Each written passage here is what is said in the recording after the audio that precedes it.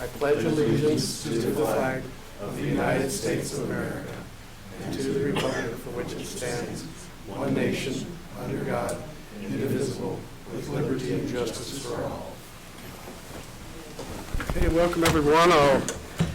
Just a reminder, please turn off cell phones if you have them. Miranda, could we have roll call, please?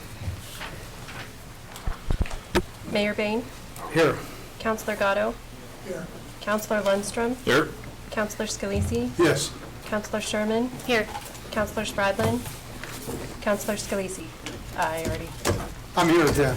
I'm also here. Stroud. Here. We've established that, thank you. Okay. Okay, well, number 3, we've all had a chance to look at the minutes for the regular meeting of July 13th. Are there any additions or corrections? Okay, hearing none, I look for a motion to approve the minutes as submitted. So move. Okay, we have a motion to approve. Second. John seconds. Okay, roll call vote, please.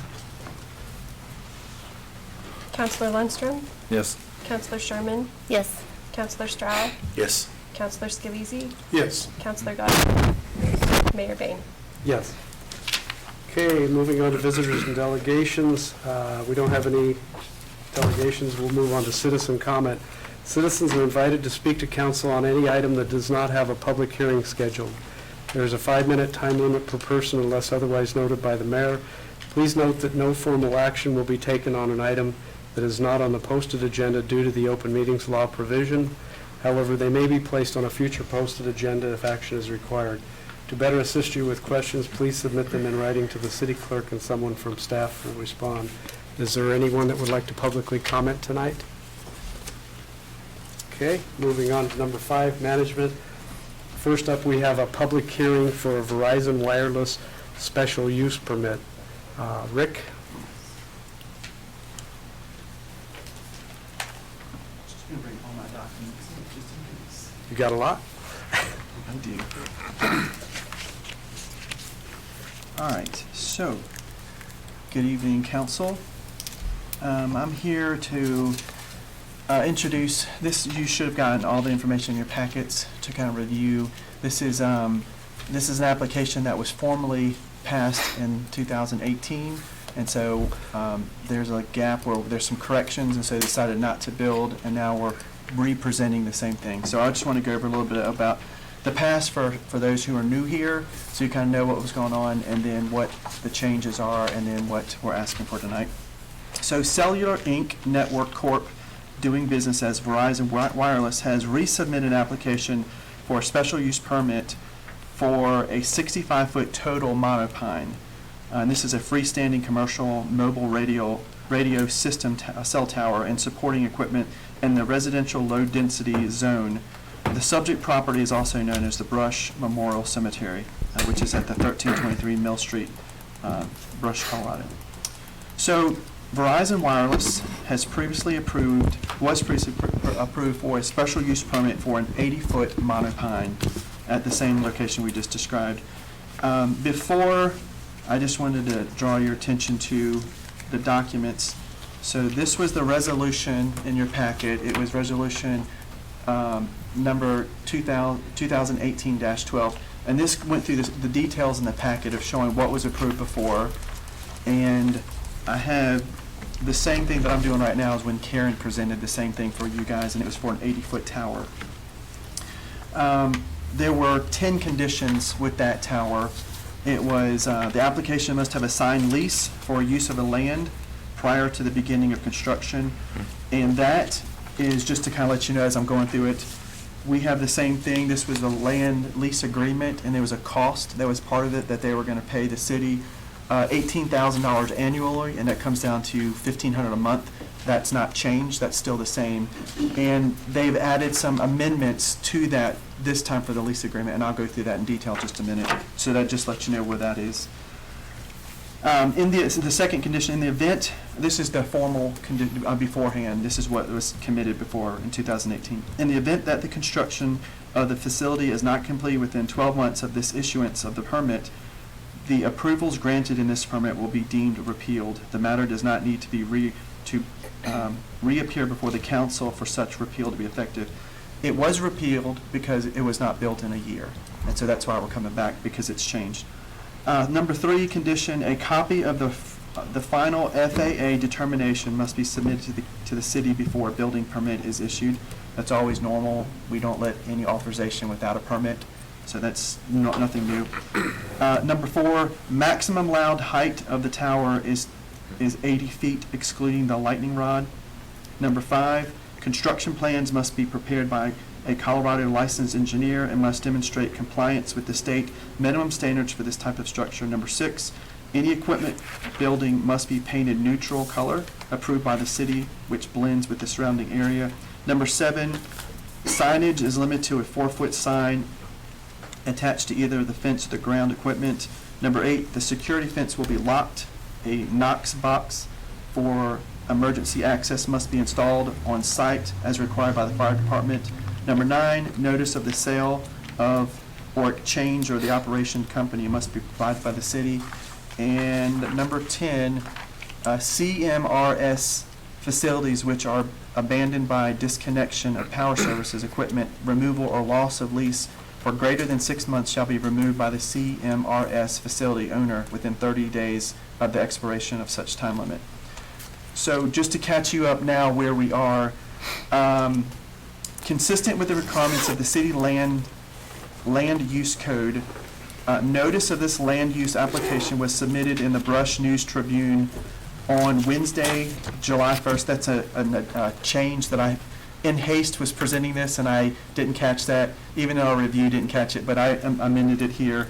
This was on Wednesday, July 1st, 2020. Signs were posted, so it was put in the Times, and signs were posted on Friday, July 10th of the subject property. And the applicant mailed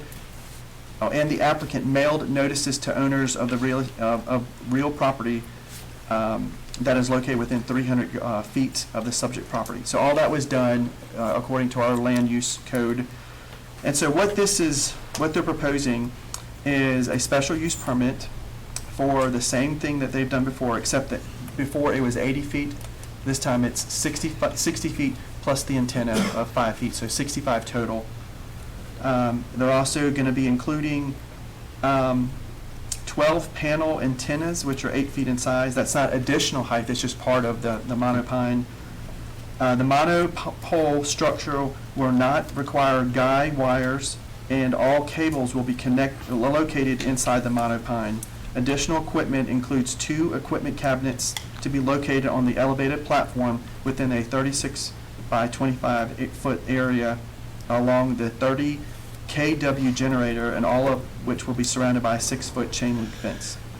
This is going to be located in the same area, the Brush Memorial Cemetery, north of the Columbarium, and there'll be several trees within the immediate area that will help make the ground equipment less obvious. So it went from 80 feet, which was very obvious, to now 65 feet. So you'll still be able to see it, but it'll blend in more like it'd be more natural sight.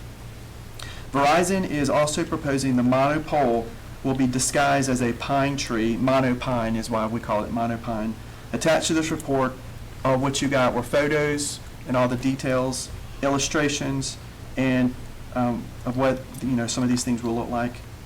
Attached to this staff report is also a detailed request from the applicant regarding the specifics of this proposal, including diagrams that depict how the cell coverage will be improved, which I also, just to make note of it, currently right now, this is what the cell tower towards the south is looking like.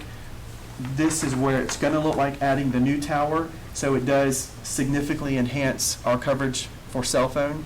There is a small little gap in here, but as in time, this is going to help the whole Brush area. So this is going to benefit the Brush area in a significant way. So just to clarify, what is the difference between what was proposed last time and what's being proposed today is the height is really the main thing, from 80 feet to 65 feet. And then second is there's a change in the easements, and that's to avoid existing underground utilities. And this was specifically requested by Dwight Anderson, and he's our Parks and Cemetery Supervisor. So by making the changes, that will help us be assured that those lines will not be crossed or cut or anything like that. Should council find the proposal has met review criteria, staff recommends that council grant a special use permit for the 65-foot tall monopine, which is the total height, including the tower, or the lightning rod, which to be located at 1323 Mill Street, with the same conditions that I told you, all 10 of those before, exactly the same, except for the height. So we went from 80 feet to 65 feet. To adequately document council's decision, staff will prepare a resolution documenting these findings and conditions based on approval. If you have any questions, you can let me know now or later. One question, you talked about the easement that Dwight had requested. That doesn't need to be added on to the 10 recommendations that staff has for permit. Does that need to be included in that?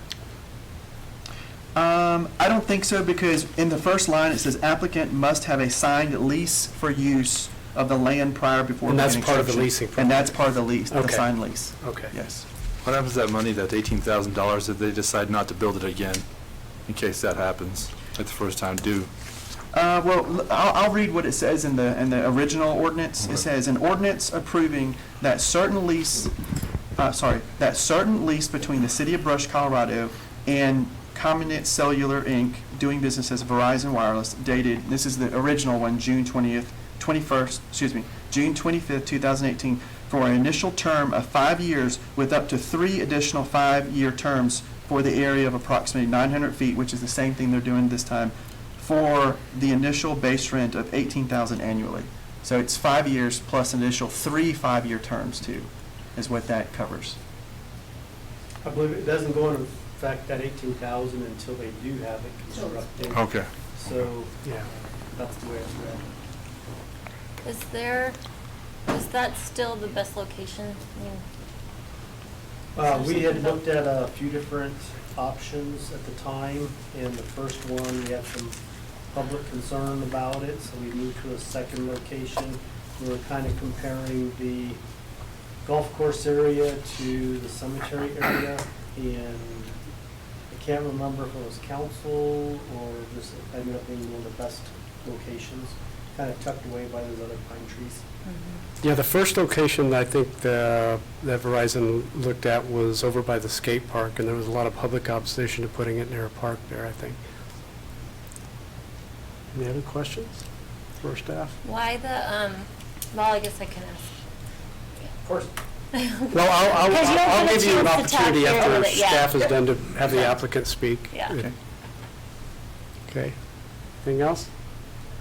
Okay, thank you, Rick. Thank you. Okay, at this time, I'll go ahead and open it up to the applicant if you'd like to tell us a little bit about the project. Absolutely. Evening all. First of all, thank you to Rick and Monty for still working with us. I know it's been a little bit of a slog on this one. As Rick said, mainly we're here because the zoning has expired for this one, but also part of the process that we always have to do is a National Environmental Protection Act review, the NEPA Act, and when we finally submitted into NEPA, and that's part of the lead time that we've had, the 2-year lapse time, the NEPA process can be cumbersome and slow. We got what they determined as an adverse effect from the State Historical Preservation Office, so that's why we had lowered our height. The State Historical Okay. Office would have liked us to see something a little less obtrusive, so that's why we also lowered the height to make them happier. So we would have loved to stay at the same height, but obviously we have to kind of give and take on some things, and SHPO said, you have to do this, and we said, okay, we can live with this. I know one of the questions is, where are we? Are we going to actually build it this time? From what I've told, we have this cool little website that we use. It's on the 2021 build calendar. So hopefully, and they're finalizing that build calendar this year as well. Or I think about this week, we're supposed to hear about it, but we're hoping that everything stays. And I think, I was trying to pull it up, but I think we're supposed to start construction March of next year or so, hopefully. And it also, that date also kind of fluxes with winter. If we have a hard winter, we may have to push it out a little bit if it's a decent winter, because we do have concrete work and that kind of fun stuff. But as far as I know, as of right now, it's on the 2021 build calendar. And Monty is right. Once we start construction, usually I can't remember, I'd have to go through that lease, but 60 to 90 days, you guys will get your first payment, and it usually covers that back 90 days and everything moving forward. So hopefully I won't be back in front of you in a year to renew this one again. I know we're still having some network issues out here, and this is hopefully a priority Right. for everyone. I know when we originally went through it, that part of Brush gets pretty poor Verizon reception, so that's why when we were looking through the park and everything, that's why we have to be on this side of town. Yeah, I'd like to see that particular area help both sides of town that we're having issues. It's crazy, but that part of Brush is actually fed off of a very tall site in Fort Morgan. So when we bring this site online, it's going to kind of bring everything in, and hopefully you guys won't be fed off Fort Morgan anymore. Okay. You guys will be fed off of this site, and you guys will see hopefully a significant increase in not only coverage but capacity as well. Okay. Any questions for the applicant, council? You answered my question. I Yep. was going to ask why he went from 80 to 65. I was Yeah, it was too. driven by a ship, though. That won't So- affect it any, I'm sorry. Well, go ahead. When we had another cell phone tower put in, they said it has to have line of sight. Yep. Isn't that what the Bureau guy said? So it's got to be a certain height. Will that affect it, like, where we have to build it higher later? No, That's well, we can't build it higher, and the RF engineer said he can live with it. I think we'll still cover what we need to and what we're trying to offload. Basically, what we're doing is offloading that Fort Morgan site. Think about it as almost creating a new lane on a freeway, but it's kind of more dedicated for Brush. So it's still going to be line of sight, but I think we're still above the trees, so you guys should see significant improvement in coverage and capacity. Cool. Good Thank you. question. On the monopine tree, I think last time you said there's a few different color options for the pine. Yep. Can you guys work with our parks director just to try and get the closest matching color to the other trees? Yep, we have there's even some newer ones now. There's usually about 2 to 3 options. One's the all green monopine, not the best solution when you start having trees that change colors. So we have one that kind of, and I'll send Rick a picture of it that he can disseminate through, but it has multicolored pine needles, and we're actually doing one in Colorado Springs that's been well received, so it's probably a little bit better option than just a all green one. So I'll send it to you, or I'll send it to Rick, and hopefully he'll get it off to Dwight. And then I forgot, regarding the easement, one of the goofy things that wireless carriers do is we walk the site when we walked it with Monty, and we use our best guess of where we're going to bring utilities and power and fiber. In this case, once we started planning our easements, Dwight came back and said, hey, we don't want you boring under all of our irrigation and stuff, and I totally understand that. So the easement is just simply to address the new easement or the easement agreement is just simply to address bringing fiber in a different route, because we're bringing power from the north end of the property, so we don't have to worry about that. It's a pretty simple amendment. I actually brought this for Rick. It's executable, so you guys don't have to sign it today, but it's just ready for signature whenever you want. And like I said, it's basically 2 pages. It's the exact same thing you guys saw. There's no financial terms. There's no changes in that. It's just describing the easements. And then there's the memorandum of lease, which you guys have seen probably before. It's what gets recorded. okay. So someone knows that we're still there. Okay. One thing it talks about in here, at the base, you're going to have a couple of buildings, Mhm. and it talked about in here that we think we have enough foliage to kind of cover that. Is there any plan to try to make that to where you really can't see the base from Mill Street? The fenced-in area with... Yeah, it'll have a 6-foot fence around it, so the public isn't... I thought it was, the Parks Director also got to look at the color, whatever blend in. So Okay. we can paint the cabinets, but one of the things that I've also talked to Rick about, so one of the things we try to avoid is doing wood/cedar fences, because the sun just beats them up. Oh, here. right. But we can do slats in between the chain link, so it gives you some privacy. Verizon has no problem with that, and we can do a green Okay. color, we can do a brown color, we can do a tan color. We can put slats in, they're vinyl slats that go in between each chain link, and it'll give you privacy. If you want us to do that, we can revise drawings, and that's a So you can send those options to Rick and... Yeah. Okay, Absolutely. That's a very easy request for us. okay. Okay, any other questions?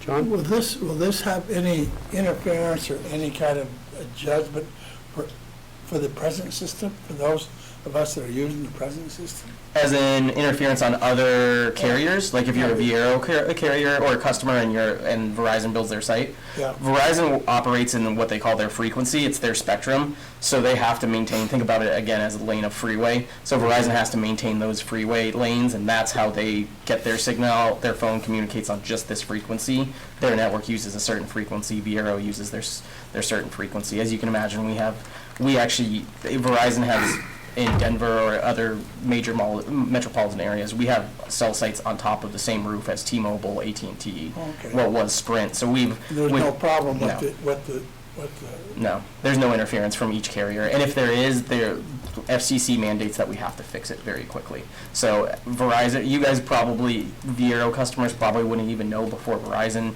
had gone out and fixed it, because it's a part of their conditional, or it's the condition of their license, and those licenses are very valuable, and they get fined a significant amount of money if they're causing interference. okay, good. Just out of curiosity, how often do you need to put one of these cell phone towers up? Like with the usage becoming more and more? That's a fun question because we're starting to see network traffic increase, especially with COVID and people working from home. We're doing a lot different stuff in Denver. We're doing something called small cells, which are these tiny little structures in right of way. So we're not doing these big sites anymore, but definitely out in the outer line areas, we're seeing a significant increase in traffic. So the RF engineers are kind of watching, the radio frequency engineers are watching sites, and if they start to see the reception and or coverage, really the capacity, which is how many users you have on a site, if the site starts getting really hit hard by users, they'll issue a new ring, and that's where this one came in. And I think I talked about it in the previous hearing. I had a site in Fort Morgan, site in Brush, site in Akron, site in Yuma, site in Haxton, site in Sterling, and those were all kind of clumped together, and we're slowly getting to build those out here because we're starting to see that huge capacity issue now. So usually it just kind of depends. It could be, at one time in Denver, we were building sites. We would build a site, it would turn on, it'd start doing its thing, and we'd see it almost basically crater that day or having issues that day, and we'd have to build another one.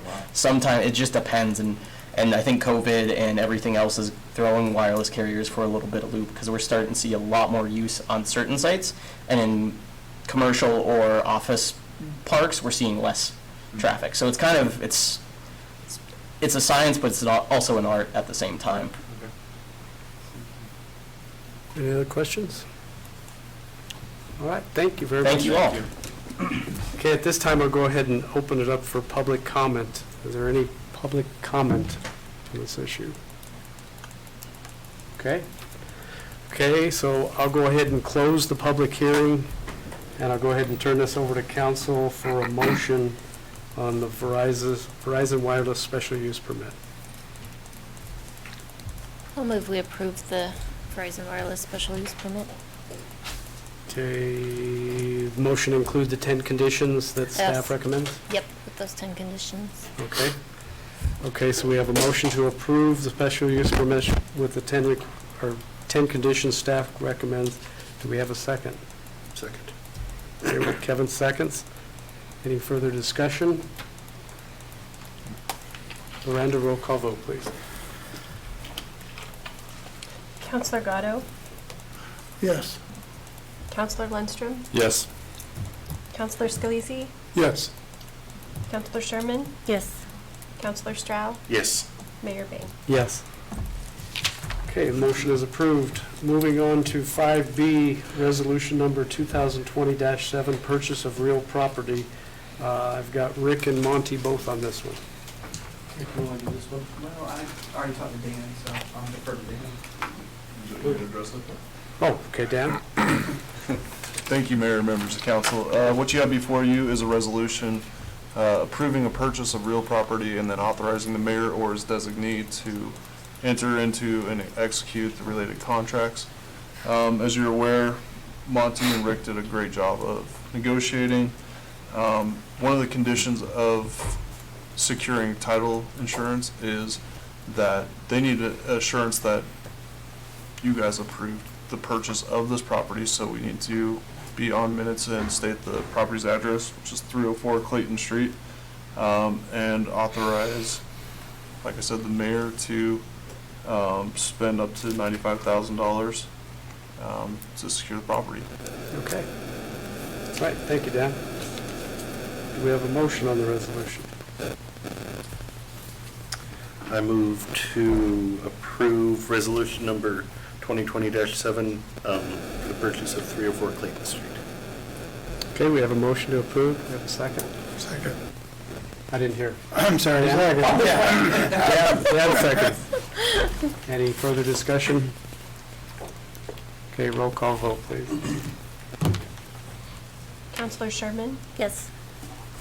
Counselor Stroud? Yes. Counselor Gatto? Yes. Counselor Scalise? Yes. Counselor Lundstrom? Yes. Mayor Bain? Yes. Okay, moving on to 5C, discussion about 2021 budget calendar. Joanne? Good evening, everybody. Good evening.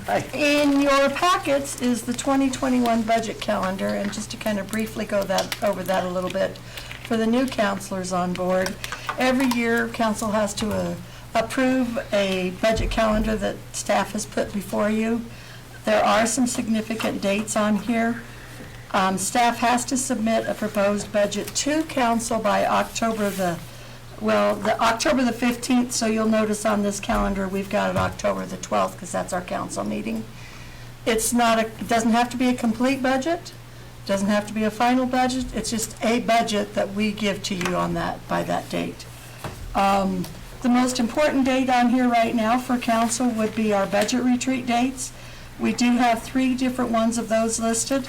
November the 11th, which is a Tuesday, we have set aside that evening for a budget retreat.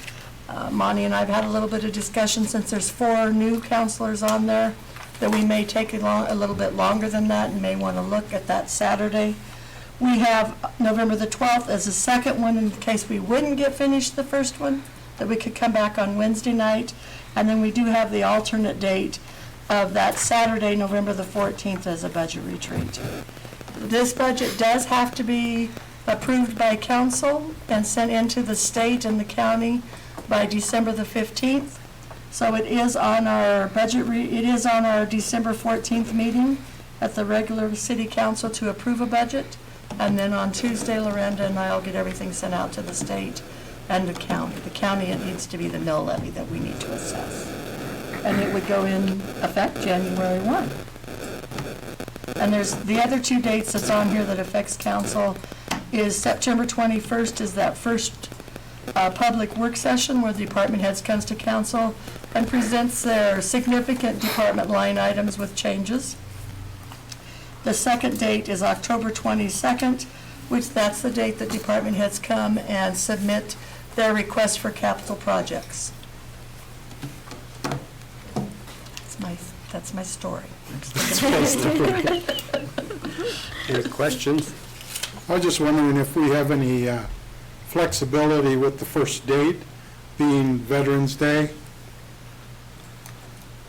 The October the 12th? No, November 11th. Oh, that is Veterans Day. We can move it one day. Well, I mean, we've got the 12th and the 14th. Right. So we do have that flexibility, yes, Okay. Dan, that we wouldn't have to do it on Tuesday. All right. We could do it on Wednesday, or if we decide we think we need more time, we could do it on that Saturday, and that's one of the reasons we have the 3 dates here. Okay.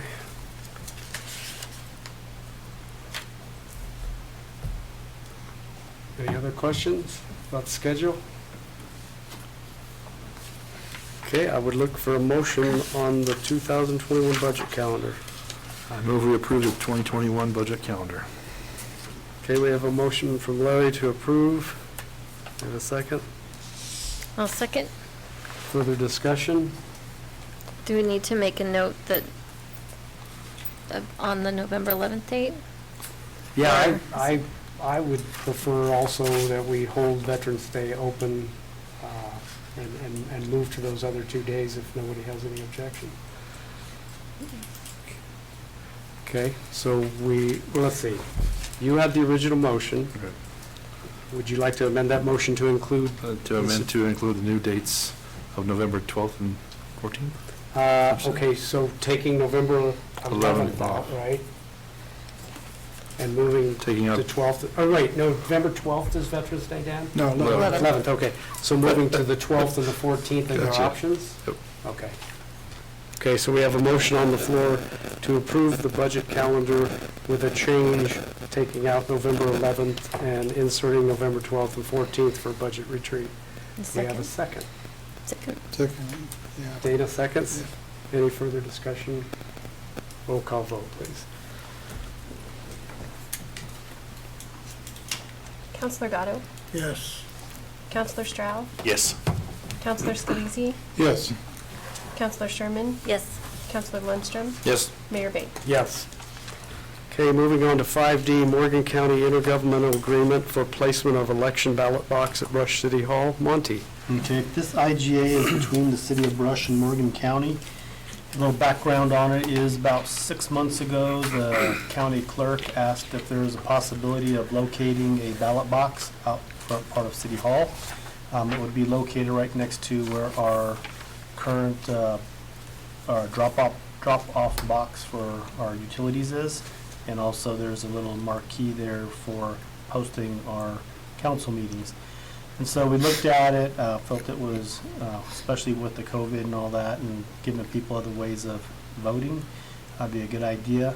And so the county clerk's office, they're paying for everything, but they'll be getting an electrician, running additional electricity for some cameras and some cable for cameras, because it has to have cameras coming from two sides for security, and also some additional lighting out front. And they're going to be bringing us some options on the type of lighting that they'd like to put there, and bringing an electrician to somehow hide the wiring up in front so that's not exposed.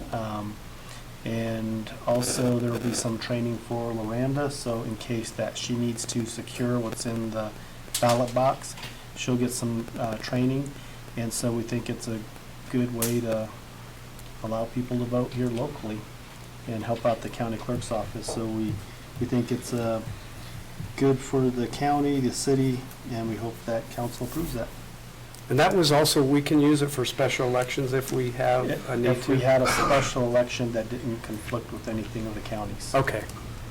Are the cameras just in use during election time, or would they always be on? I believe there's a certain time frame that the cameras will be on that ballot box. The other thing is our police department, if something did occur around City Hall, there's a process, but there is that potential of getting that information Oh, for the police department for cameras. During election time, it's a little trickier, some rules that police department would have to follow, but other times of the year, then we'd have more access to it. And there'd be a recorder here in City Hall that kept that data. Are we able to, during non-election times, use it for other purposes? For example, in Adams County, when I worked in elections, we used them as a drop-off for flag retirements for people who didn't have anything to do with them, or something we could, do civically or something for our citizens in the off seasons. Yeah. No, I think it's going to have just a small. But yeah, they're They're about that pretty big, but small. we can make it work. And then our utility bill paying box probably is going to be bigger, so we could actually, for something like that, might be Oh, a okay. better way to use the city box. I don't know if I misunderstood you. It's going to be outside though, Monty? Yeah, outside. Yep. So it would have to be, the camera would be rolling 24 hours, or do they empty it every night, or how does that work? It'll run 24 hours, the cameras, but they'll, up to twice a day, they can come pick them up Oh, I got you. Okay. at their discretion. And if any type of emergency came up that they couldn't, that's where they would call on Loranda to go collect what's in there and do the paperwork required just to show that there's a chain of custody and get it back to them. is the request coming from the county clerk have anything to do with COVID? No, this was started beforehand, Okay. but they've had to already do a drop-off box there. Yeah, I know they And had. So I think the timing was, it just all came up pretty close. So I think the first time it was discussed, it was, Several months ago. yeah, several Okay. months, it's been quite a while ago. Trying to avoid the stink of all the mail-in ballots there. Make Yeah. it easier for people to have someone to drop it off, so. Well, for perspective too, again, in Adams County, is about 50% of people use these boxes as opposed to mailing them or anything else. They're really popular. So I think Well, citizens will love it does serve our citizens without having to make a trip up Exactly, there. right. So, okay. All right, if there's no further questions, I look for a motion on this item. I move we approve the IGA with Morgan County for the placement of an election ballot box at Brush City Hall. Okay, we have a motion on the floor for approval. I second. Larry has a second. Any further discussion? Roll call vote, please. Counselor Scalisi? Yes. Counselor Sherman? Yes. Counselor Gatto? Yes. Counselor Lundstrom? Yes. Counselor Stroud? Yes. Mayor Bay? Yes. Okay, moving on to number 6, finance.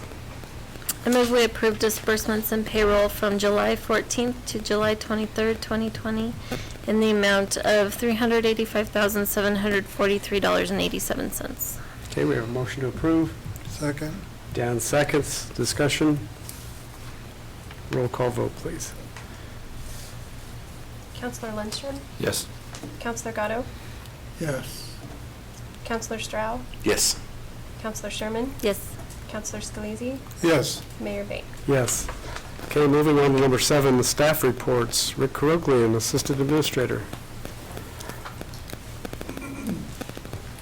So, I feel like our department's doing really well, community development. I spent the last few weeks going through our previous building permits that were not paid, just I guess because of COVID. There's just been lack of, people forget, or they just forget about what they proposed.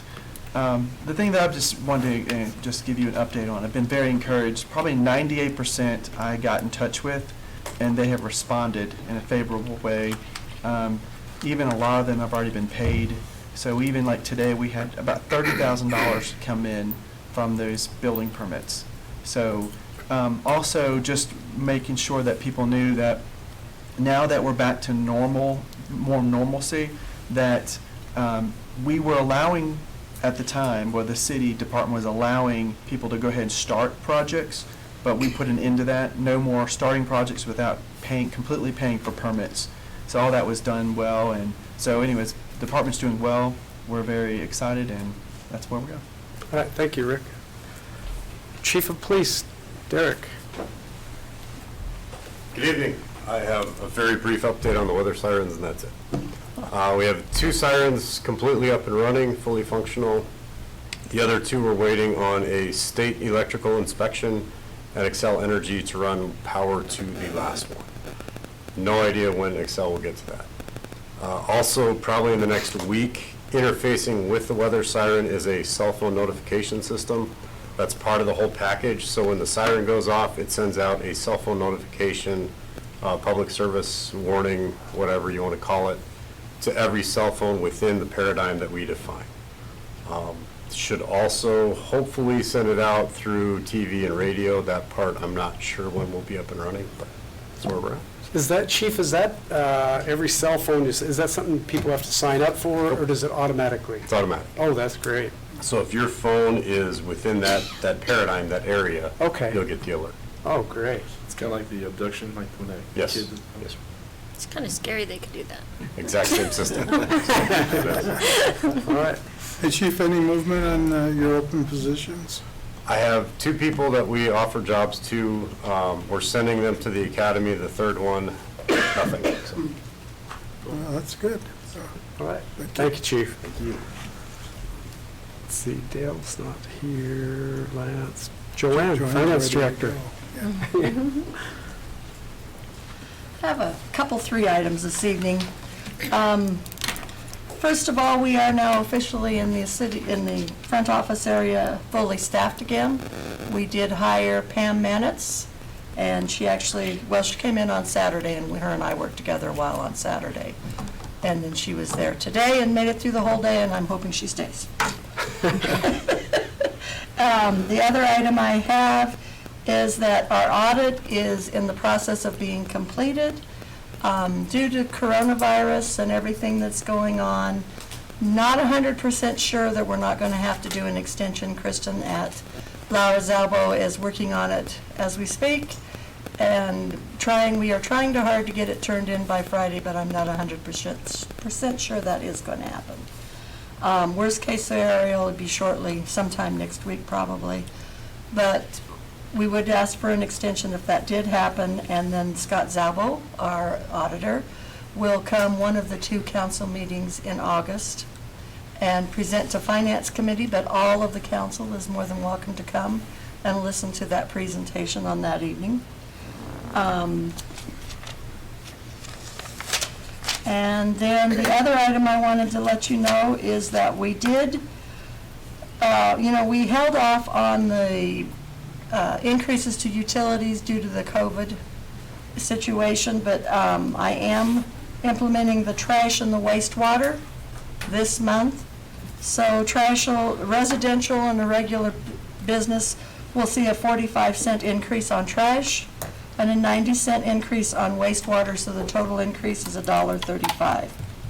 We also normally do the water fund, but those resolutions are created as such that we'll have this year, we have the first year where we have an increase stated, and then in it, it also says for the next following 3 years, we will do an increase based on the Denver Boulder CPI. Water's, their last year of that resolution was 2019. So in August, I'll be coming to council again with a new resolution to increase the water as well. And we're not 100% sure yet at this time whether it'll just have the Denver Boulder CPI wording in it or if we'll actually increase that a little bit higher. We do have several water issues coming up out there that we're waiting to do. So we'll see what we're going to do with that. And that's everything, I believe. Thank you, Joe. Okay, best and brightest intern, Matt Gordon. Best and brightest department's doing very well. Thank you, Matt. City Clerk, Lorenda Packard. The only thing that I have is a reminder about the CML conference, August 25th through the 27th, which is virtual. You guys have a postcard that came in the mail as a reminder as well. Registration is now open. The only rush that we would have for getting registered would be on one of the lunch meetings the first day on the 25th, because they have a limited capacity of 30 for each of those. So if you want in any of those, you'll want to get your RSVP into me right away. Otherwise, just whenever down the road if you're interested. Okay. That's all I have. Thank you, Lorenda. City Attorney, Dan Krob. I don't have anything for you unless you have questions for me. Questions? Okay. City Administrator, Monty. Few items. First of all, the office downtown. So the closing is all expected to take place on the 29th at 3:30. Mayor Bain will sign off on everything that day. You'll see us moving pretty quickly on the building. One thing is the roof, it's got a leak in it, so we want to either get it repaired or get it replaced, one of the two. Where Rick's got a lot of work on his plate because he's giving them 30 days to get everyone moved over there. So the project really entails updating the building a little bit on the inside with some flooring, painting. A lot of the tiles up on the ceiling are stained from water leaks in the past. A little bit of cleaning. When they left, we walked through the property today. They left some of the furnishings there, but they cleaned it up pretty well overall. So we're pretty happy with that. We are going to have to construct an ADA accessible restroom, and so we look at towards the back summer we'll do that. We'll probably have a little more time involved in doing that piece of it, so that's probably not going to happen in 30 days, but the one restroom that is there, we'll have to clean that one up pretty good and make it functional again. Yep, and an air conditioning unit is also another thing that we're looking at as well. It doesn't have one right now, and it's got kind of a musty smell in there, but we think just cleaning up the air, getting it moving, will clean it up pretty well. So we'll see some bills that weren't really anticipated, but we're hoping to see if potentially the CARES Act funding might help out with some of that. If not, I don't expect it to be more than $30,000, $40,000 to do a really good remodel there. The ADA accessible restroom, I'm not sure how much that's going to cost, but maybe we can get it done for that. So that's going to change things here at City Hall. So what we anticipate happening now is from the police department taking the court clerk, bringing her out to Rick's current office, and then we're gonna really clean out the back area by the vault. We've had a lot of stuff stored there for almost 2 years now, year and a half maybe, and so we really need to clean that up. And then we have had on the back burner wanting to build a little bit better of a break area with running water. So some of those may come into play yet this year, I don't know, but for sure cleaning it up back there. So a few different changes coming our way. Other thing is, city staff and council received a letter in regards to cemetery trees, and I reported to the mayor today that there is a crew out there cutting down the trees. We hired Dardanus to start cutting them down. It's roughly 8 large trees, and so each one of those is large enough, it takes about a day a tree. So that's what they gave us as a timeline, was 1 tree per day. Because of the size and also having to work between the monuments and everything, they got to take their time on them, not just drop them over. So that's being worked on. And Lance, I can't remember if he said he has ordered a fence or is going to order a fence, but it's that chain link that's there, I believe it's going to be one of the white vinyl fences that somehow ties into the one on the front on Mill Street. So Lance isn't here, but next time I'll have him give you guys an update on that. The compensation study, Kim is still working on that. August is the timeline that they said they'd give us our first round of information on the compensation study. And so more information to come on that. We're still at City Hall encouraging people not to come into City Hall unless you really need to. And it's actually worked out very well, where a lot of people are going to the online bill pay. A lot of people are using the Dropbox. But we want to, for the next few months, just really keep limited foot traffic coming through City Hall if we can, just to protect everyone. And the other thing you'll see in the near future is at the last council meeting, Fritz Holloman, he gave you guys a kind of a rundown on how everything shook out with the water situation down south at the well fields. And so it's not going to cost us much, but there's going to be a little bit of cost in the water fund in regards to monitoring wells and additional water monitoring testing. And so that will start taking place probably next 30, 45 days. Planning to meet with Dale and Don Merrimee to start that process. And that turned out to be very positive for the city of Brush, so excited about that. Last thing is just a thanks to all the staff. I mean, we've been going through a lot with all this COVID and things that we had planned for the last few months, or from last year to this year. The COVID's taken us all over the place, and it's still got a few more curveballs coming our way. So, but thanks for all the work from everyone. And that's all my reports. Hey, Monty, one question. In regard to the 304 Clayton building, are you going to do signage on the building? 304, the brand new purchase. The purchase. Yeah, it's got a really nice, what we want to do is, it's got a real nice sign design on it. We're just going to see if we can just unbolt that, send it back to the company that made the last one, and just use the same one because it'll fit perfect. But if not, we might just have to get a whole brand new one built. So we'll see if it can be reused just to save some money, but if it's not going to work, we'll get a new one. You could run into a problem not having that bathroom up, like when you open the ADA right away. As long as we have a plan in place, we're okay. Okay. And so it'll be kind of a soft opening there, or phased opening, but we'll eventually have it there too. John, question. Why are we cutting down the trees on the Oh, the cemetery? cemetery? Oh, so this is in large part from the tornado a couple years ago. It damaged some of those trees pretty badly. Other ones are old enough where they're starting to rot quite a bit. And Okay. so, and what they typically do is when they know they're going to take down some of those older trees, they put in some younger ones to give them a couple years to start growing. And so they'll definitely be replaced though. Okay, Thank you, Monty. Okay, moving on to number 8, mayor and council reports. Anyone have anything they'd like to report? I guess I'll jump on what I said last time again. I had some more tours with Dale this time. I'm on day 2 of 3 so far with Dale. I've seen the wastewater system, the water system, airport. I've spent 6 hours with the man, and I feel like an idiot, so that's a plus.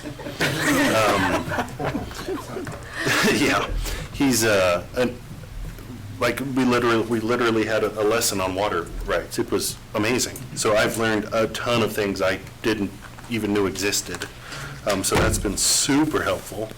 And the man is a valuable asset, as everyone said, but now I'm aware more so than ever. So thanks again to Loranda and Dale if he was here. So yeah.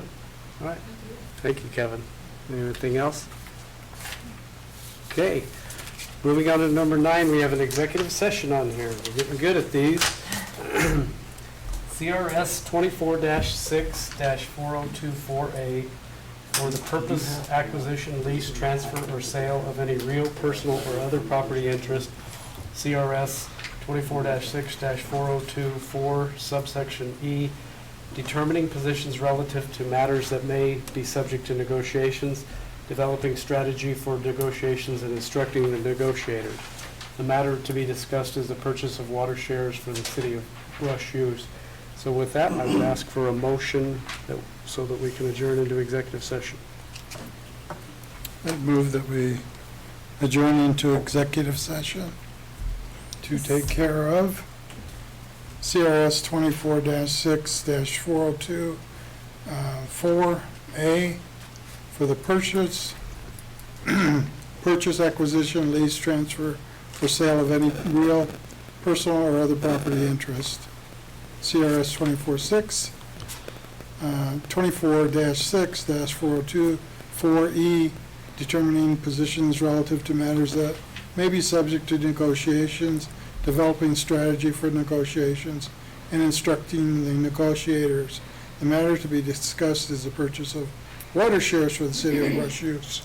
Okay, we have a motion on the floor to move into executive session. Do we have a second? Second. Kevin? Did I get, okay, Kevin second. Any further discussion?